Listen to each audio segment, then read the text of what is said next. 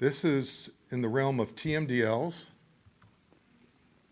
and alternatives to TMDLs. How many have to deal with TMDLs in here? Yeah. Are they fun? Is it a satisfying experience? Bean counting. Can we say bean counting? So I want to describe to you a situation that we went through a couple years ago in addressing a TMDL that we were pretty upset about, and what we ended up doing as an alternative that I think is much more successful, and I think gets much closer toward that vision that Carlton articulated about bringing bringing partners together within a watershed. So in this presentation, I'm going to talk about the problem that we encountered, how the partners came together to resolve the problem, what our philosophy is as we approach addressing the water quality problem in a watershed called Little Alamance Creek. We employed something that's acknowledged by EPA as a Category 4B plan, and then talk about the importance of transparency as you are moving into this process of looking at alternatives to TMDLs. Here is the Haw River watershed in central North Carolina. Our little watershed is right here in the middle of that. It's near Burlington in Piedmont, North Carolina. It's the Alamance Creek watershed. And here's a close-up of it here. And you can see most of it is urban, with Burlington making up, the city of Burlington making up the majority of it, but there's down here is the city of Graham. And then you've got the DOT. So those are the three partners. Burlington, Graham, and NCDOT are the three partners who worked on this project.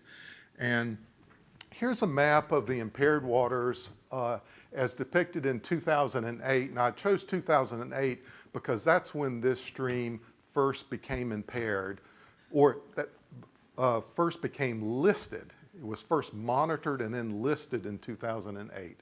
And there's where we are in the state of North Carolina.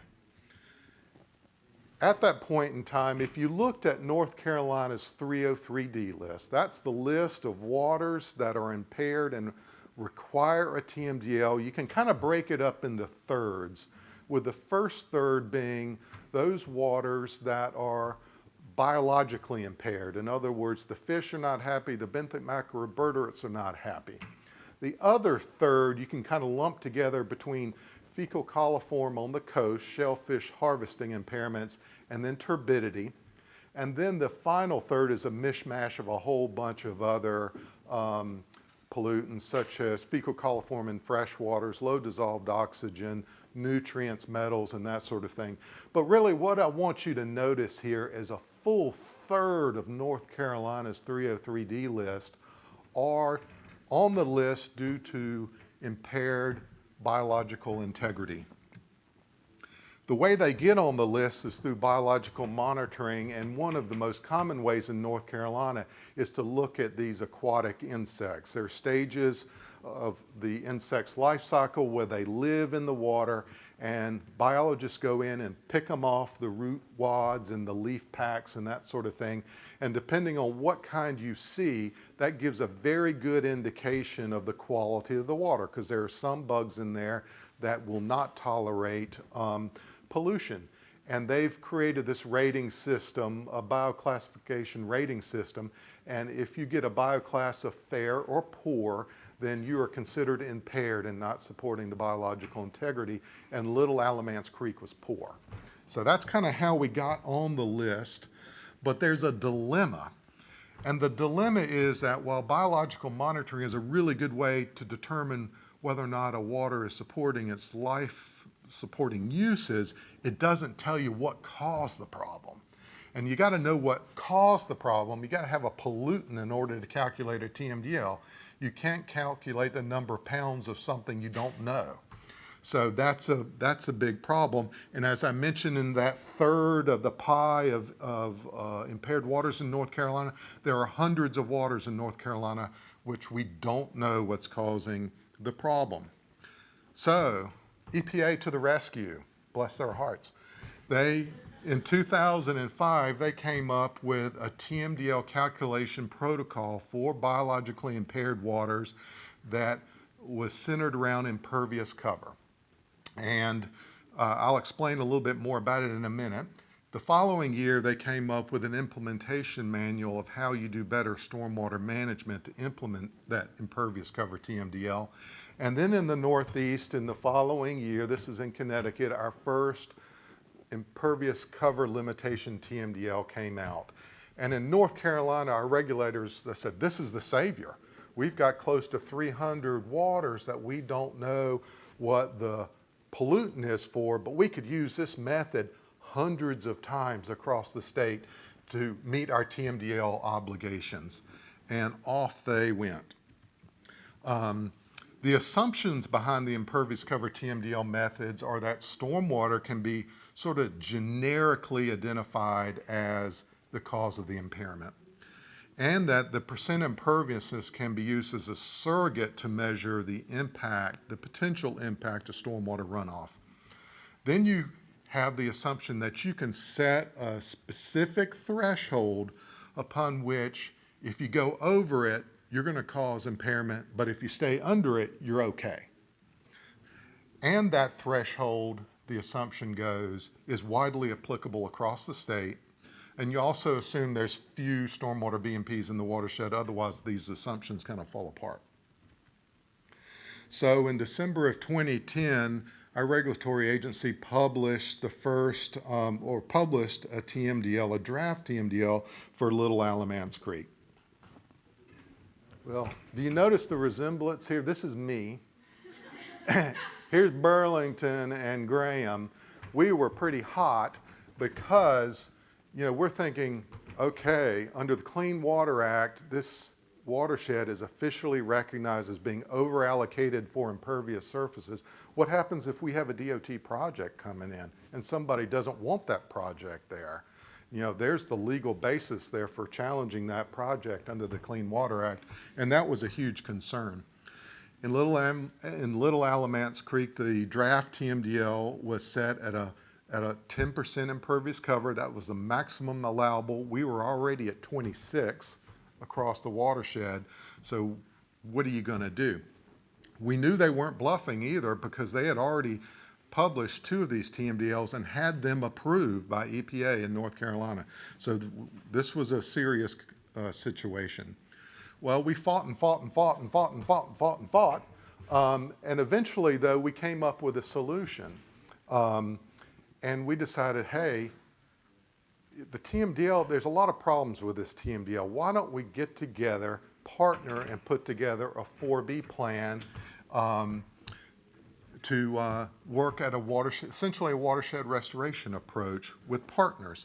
So our regulatory agency, okay, we'll agree to hold off on submitting this TMDL to EPA if y'all will agree to come together.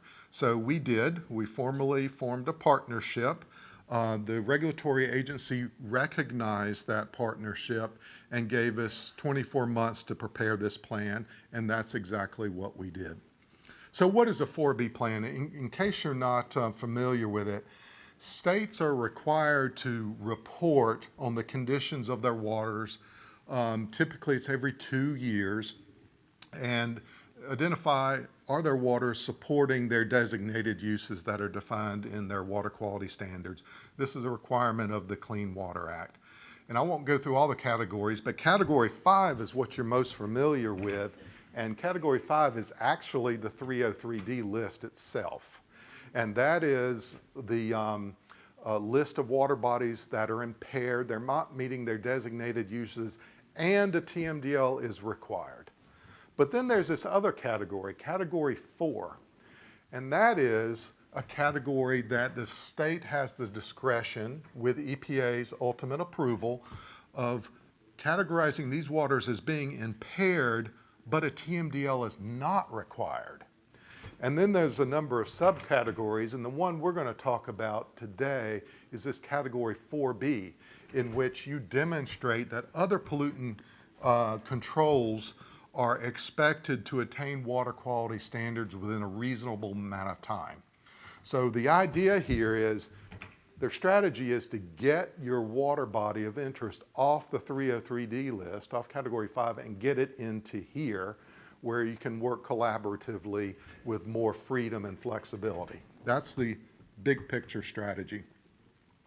So that's what we did. That's the approach that we were taking, is to prepare a 4B plan. And the partners, when we gathered together, we didn't assume we knew more than the regulators did. We didn't assume we had all the answers, but what we did know is we wanted to leverage each other's strengths.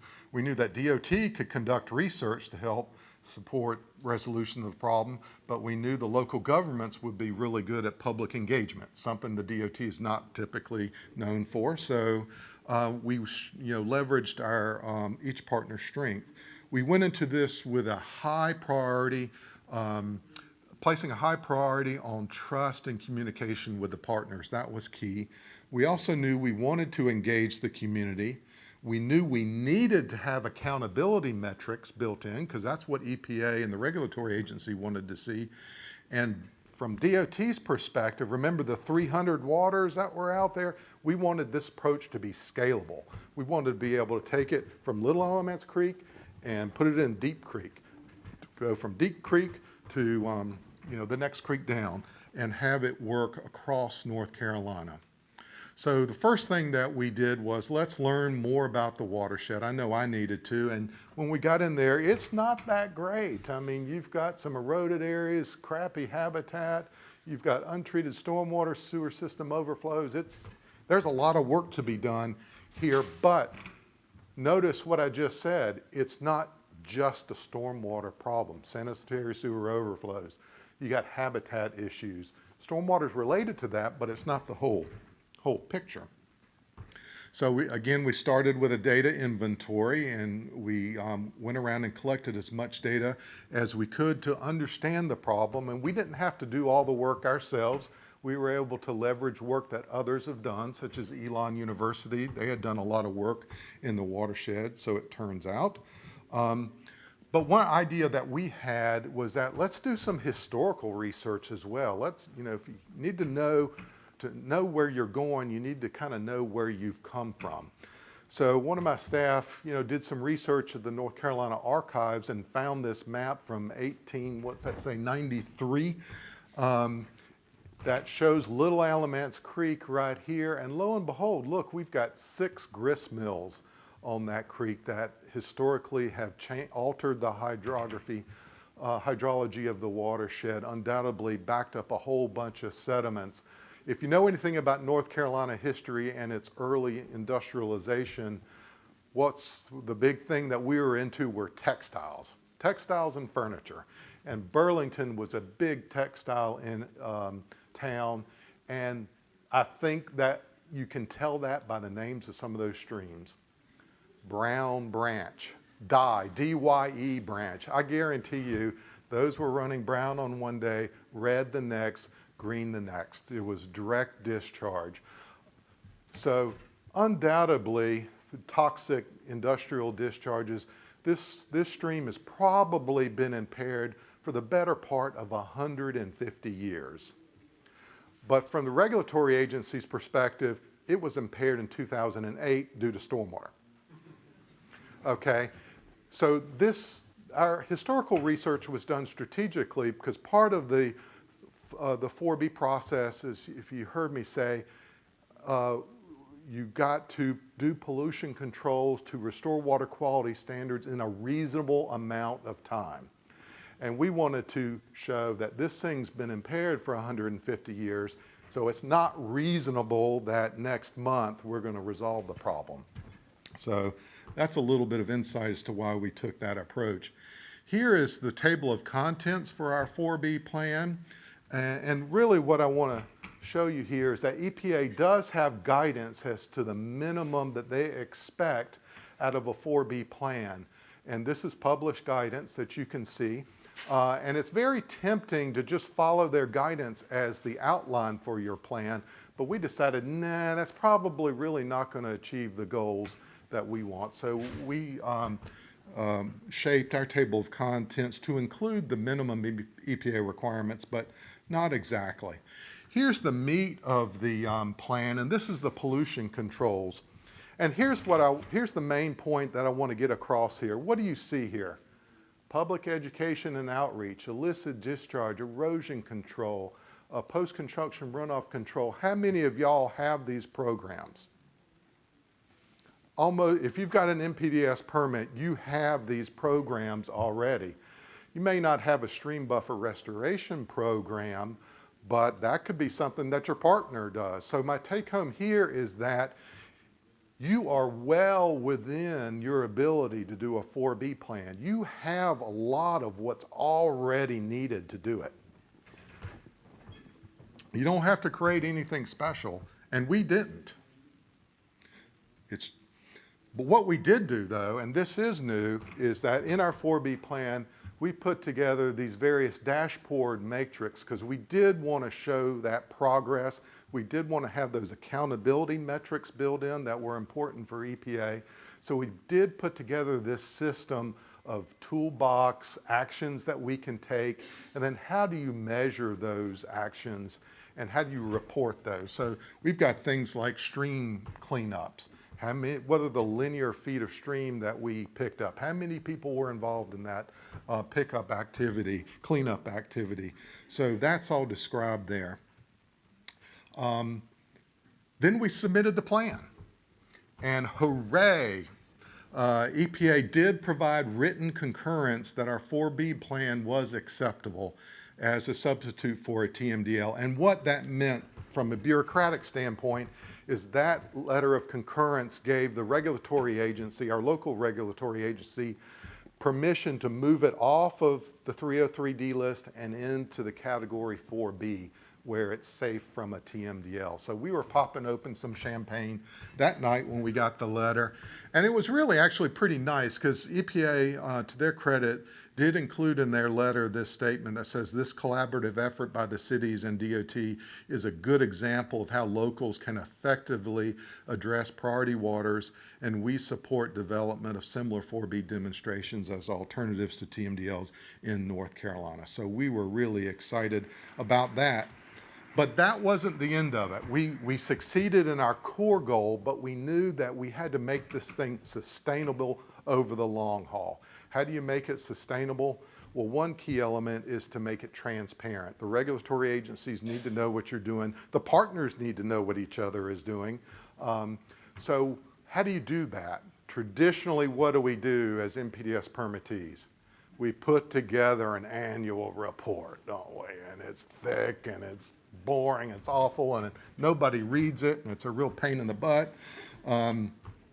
So we decided, let's do something completely different. Let's do a web-based approach, something that we're just not putting together once a year, but we can update continuously as we go along, that provides a consistent framework for each of the partners to report, that's much quicker and easier, but also encourages the local community to engage in what we're doing.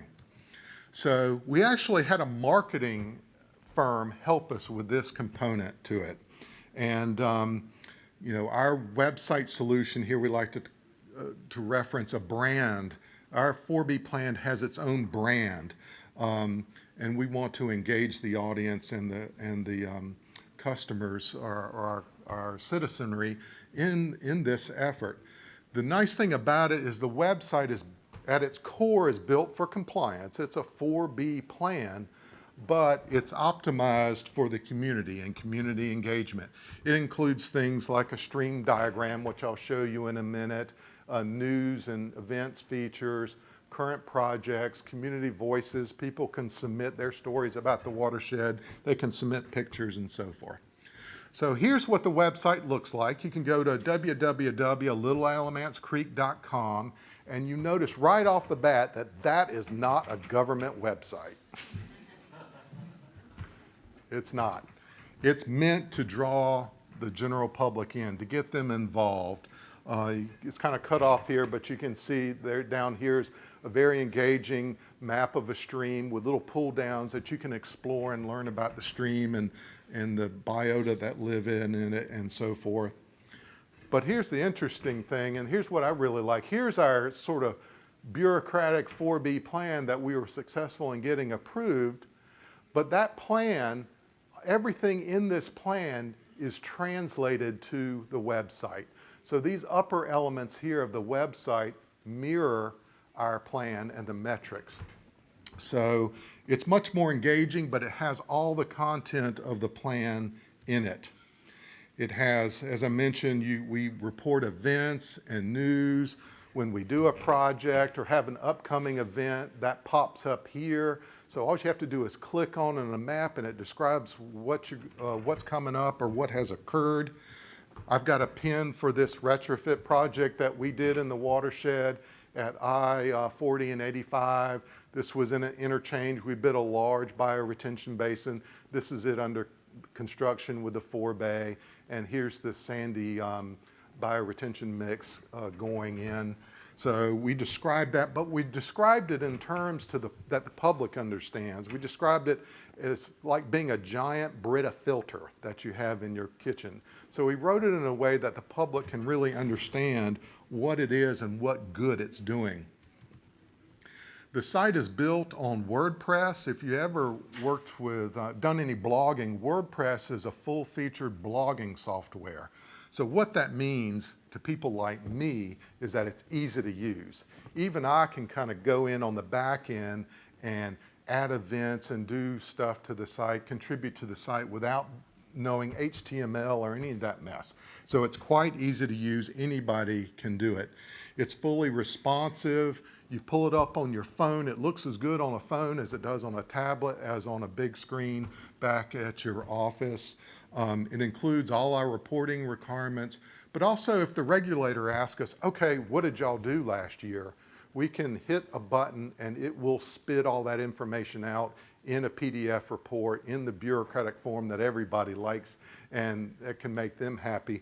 But still on the front end, it's really built for community engagement. What would I do differently next time if I was to do this again? Am I doing okay on time? You know, we had never done this before. We had no idea what to do. We just knew we needed to do something. But in retrospect, I think the three partners worked hard together and did a great job working together. But what we didn't do is, at the very start, engage the citizen and business groups. And that in part was because we really didn't quite know how to get to where we were going. We were kind of building the car as it was going down the road. But when we do this again, and we are going back now and engaging the citizenry in a more formal process, but we didn't do that at the start, and I would recommend doing that.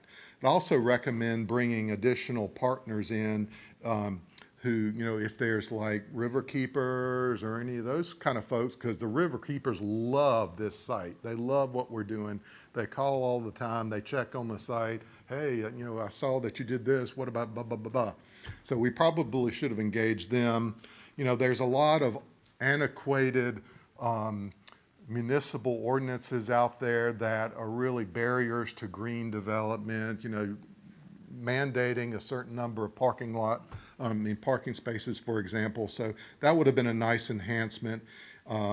Looking at some legacy geo-environmental issues would have been a good idea too. We didn't have an opportunity to do that. You know, soil contamination, areas of known soil contamination would have been a nice enhancement. We can certainly go back and add these things, but I would probably recommend doing that on the front end if you have the opportunity to do so, as well as integrating the town's land use planning into this effort and zoning. That would have been a nice enhancement as well. But we were successful. Lessons learned. So that's kind of where we are with that. And I'm happy if I have time to take any questions. Hey, John. Are we comfortable in the state or U.S. EPA's authority to regulate stormwater as it's the concern the 303D list? Absolutely not. Absolutely not. And, you know, several years ago, Virginia was successful in defending that position. That was a little bit different. That was a flow TMDL, but it's very much related. You know, that lawsuit helped us out a lot.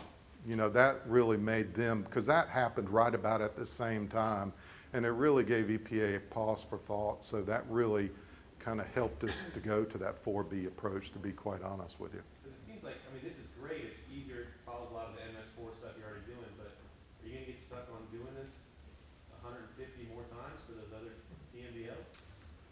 If we can avoid the TMDL, we're more than happy to do it. Because now we've got a template. Now we know what to do. We know what's approvable, and we can crank that out. It's what the benefit of this is now we're focused on the implementation. North Carolina's MPDS permit requires a whole series of actions to take place. If we get tagged with a TMDL, we got to do a monitoring assessment plan to kind of figure out what's really going on. Then we got to prepare a report of findings to describe what we found out through that monitoring and assessment, and then lay out exactly what we're going to do. Well, this is sort of the same thing in a way, but it provides a lot more flexibility. I'm not saying that this is less work. I don't know that it's necessarily less work, but it provides us, we're no longer in a compliance jeopardy with respect to TMDL. So we've taken it from the MPDS realm, and by putting it in the 4B, it's now in the voluntary realm. So the 4B is not enforceable under our MPDS permit. It is voluntary. So we have a lot of protection there, but there's also a lot of obligation on our end to make sure we do what we say we're going to do. Sure, it seems like it might be holding a regulatory stick on you that they don't have. Well, with the 4B, they don't have a regulatory stick.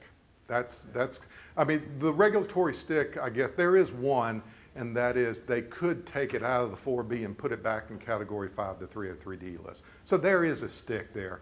But as long as we're showing, particularly with the benefit of that website, that we're doing good things, that's not going to happen. If Andy wants to answer a couple of questions, that's great. I just want to let anybody know that's going on a field trip, you got to go change your shoes or do something like that, and probably let that out because we're into the break time.